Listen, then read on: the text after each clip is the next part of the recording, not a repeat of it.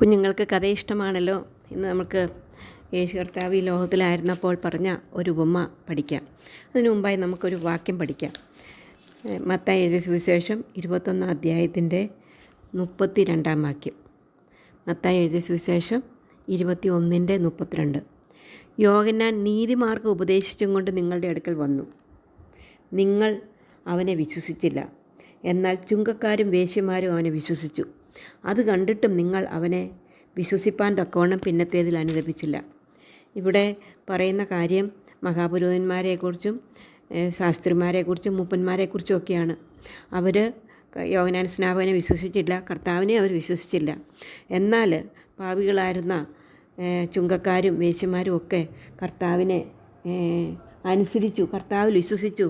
അവരുടെ പാപം അവർ വിട്ടിട്ട് യോഹന്നാൻ സ്നാപകൻ പറഞ്ഞ് മാനസാന്തരപ്പെട്ടു എന്നാണ് ഇവിടെ ആ വാക്യമാണ് ഇവിടെ നമുക്ക് കാണാനായിട്ട് സാധിക്കുന്നത്. അപ്പോൾ നമുക്കത് മനസ്സിൽ വെച്ചുകൊണ്ട് ഒന്നും കൂടെ പഠിക്കാം. അപ്പോൾ നമുക്ക് വേഗം പഠിക്കാൻ ഒക്കും. മത്തായി എഴുതിയ സുവിശേഷം 21:32 വാക്യം. യോഹന്നാൻ നീതിമാർഗ്ഗം ഉപദേശിച്ചും കൊണ്ട് നിങ്ങളുടെ അടുക്കൽ വന്നു. നിങ്ങൾ അവനെ വിശ്വസിച്ചില്ല. എന്നാൽ ചുങ്കക്കാരും വേശ്യമാരും അവനെ വിശ്വസിച്ചു. അത് കണ്ടിട്ടും നിങ്ങൾ അവനെ വിശ്വസിപ്പാൻ തക്കവണ്ണം പിന്നത്തേതിൽ അനുദപിച്ചില്ല. കർത്താവിന് ഇനി കുറച്ച് ദിവസമേ ഉള്ളൂ എന്ന് കർത്താവ് മനസ്സിലാക്കി. കർത്താവിൻ്റെ സമയം അവസാന നിമിഷത്തിലേക്ക് കർത്താവ് പോയിക്കൊണ്ടിരിക്കുകയാണ്. അങ്ങനെ കർത്താവ് ദൈവമാണ്, അതുപോലെ തന്നെ മനുഷ്യനുമാണ്. അപ്പോൾ അവസാന നിമിഷത്തിലേക്ക് പോകുമ്പോൾ ഇനി കുറച്ച് ദിവസങ്ങളേ ഉള്ളൂ എന്ന് കർത്താവ് മനസ്സിലാക്കിയപ്പോൾ കർത്താവ് ചില കാര്യങ്ങൾ തൻ്റെ ജനത്തെ, അവിടെയുള്ള ലീഡേഴ്സിനെ, തൻ്റെ ശിഷ്യന്മാരെ പഠിപ്പിക്കുകയാണ്. അപ്പോൾ കർത്താവ് മഹാപുരോഹിതന്മാരും ശാസ്ത്രിമാരും, എന്നാൽ കർത്താവ് അങ്ങനെ പഠിപ്പിക്കുവാൻ നോക്കുമ്പോൾ അവിടെ മഹാപുരോഹിതന്മാരും ശാസ്ത്രിമാരും മൂപ്പന്മാരും ഒക്കെ യേശുവിനെ ഉപദ്രവിക്കുവാനും കൊല്ലുവാനും അന്വേഷിച്ചു കൊണ്ടിരിക്കുകയാണ്. അപ്പോൾ മാത്രമല്ല, എങ്ങനെയെങ്കിലും കർത്താവിനെ വാക്കിൽ കൊടുക്കുവാൻ അവർ നോക്കിക്കൊണ്ടിരിക്കുകയാണ്. അപ്പോൾ കർത്താവ് അവരോട് പറഞ്ഞു, ഒരു ഉദാഹരണം പറഞ്ഞു. ഒരു മനുഷ്യന് 2 പുത്രന്മാരുണ്ടായിരുന്നു.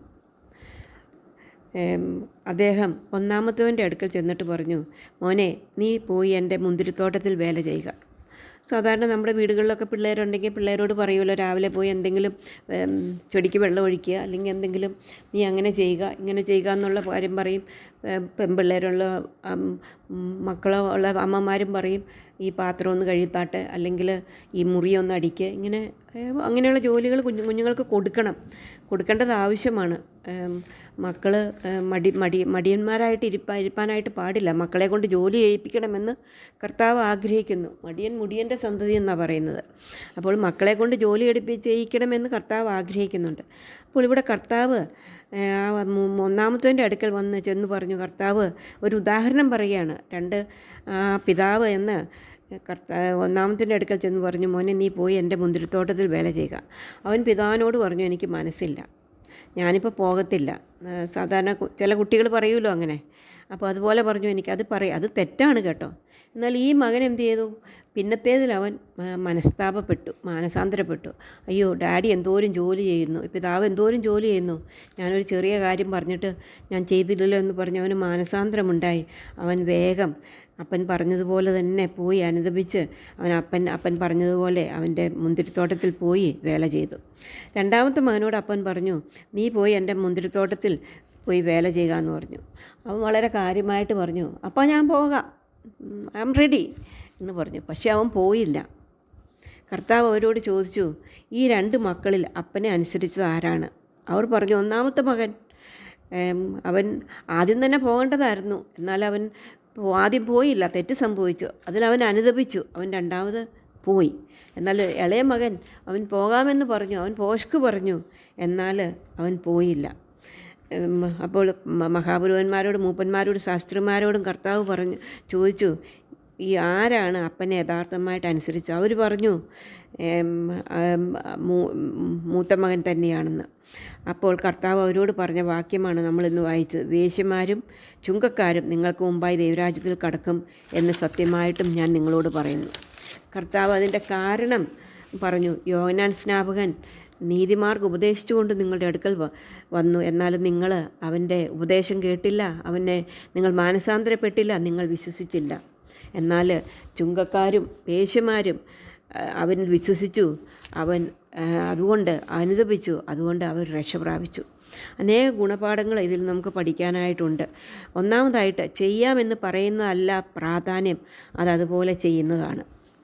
രണ്ടാമതായി, നാം നമ്മുടെ വിശ്വാസം പ്രവൃത്തിയിൽ കൂടെ കാണിച്ചു കൊടുക്കേണ്ടത് ആവശ്യമാണ്. മൂന്നാമതായി, ചുങ്കക്കാരും വേശ്യമാരും പാപത്തെക്കുറിച്ച് അനുദപിച്ചു, അവർ ദൈവത്തിൽ വിശ്വസിച്ചു, അതുകൊണ്ട് അവർ രക്ഷ പ്രാപിച്ചു. നാലാമതായിട്ട്, മഹാപുരോഹിതന്മാരും മൂപ്പന്മാർക്കും എല്ലാം അറിയാം, ന്യായപ്രമാണം മുഴുവനും അവർക്കറിയാം.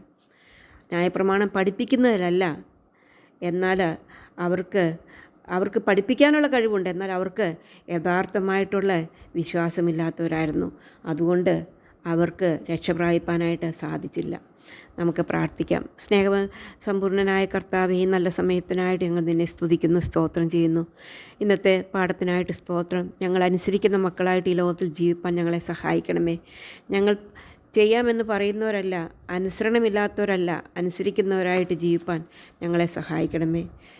ഞങ്ങളുടെ ജീവിതം കർത്താവിന് പ്രസാദമുള്ളതായിരിക്കാൻ കർത്താവെ സഹായിക്കണമെന്നോട് പ്രാർത്ഥിക്കുന്നു. ഇന്നോളം ഞങ്ങൾ നടത്തി പരിപാലിച്ചു. മനുഷ്യരിൽ നിന്നും ദുഷ്ടാത്മാക്കളിൽ നിന്ന് ഞങ്ങളെ രക്ഷിക്കണം. കർത്താവിൻ്റെ കുഞ്ഞുങ്ങളായിട്ട് ജീവിപ്പാൻ സഹായിക്കണം. പരീക്ഷയിൽ അകപ്പെടാതെ ഞങ്ങളെ സഹായിക്കണം. ഞങ്ങളുടെ പ്രാർത്ഥന കേട്ടതുകൊണ്ട് സ്തോത്രം. യേശു കർത്താവിൻ്റെ നാമത്തിൽ താഴ്മയും വിനയമായിട്ട് അപേക്ഷിക്കുന്നു. കേട്ടതുകൊണ്ട് സ്തോത്രം. ആമീൻ. കുഞ്ഞുങ്ങൾക്ക് കഥ ഇഷ്ടപ്പെട്ടെങ്കിൽ എന്ത് ചെയ്യണം? അത് ഷെയർ ചെയ്യണം. മാത്രമല്ല സബ്സ്ക്രൈബ് ചെയ്യണം. സബ്സ്ക്രൈബ് ചെയ്തതിൻ്റെ കൂടൊപ്പം തന്നെ ബെല്ലൈക്കണിൽ കൈയമർത്തണം.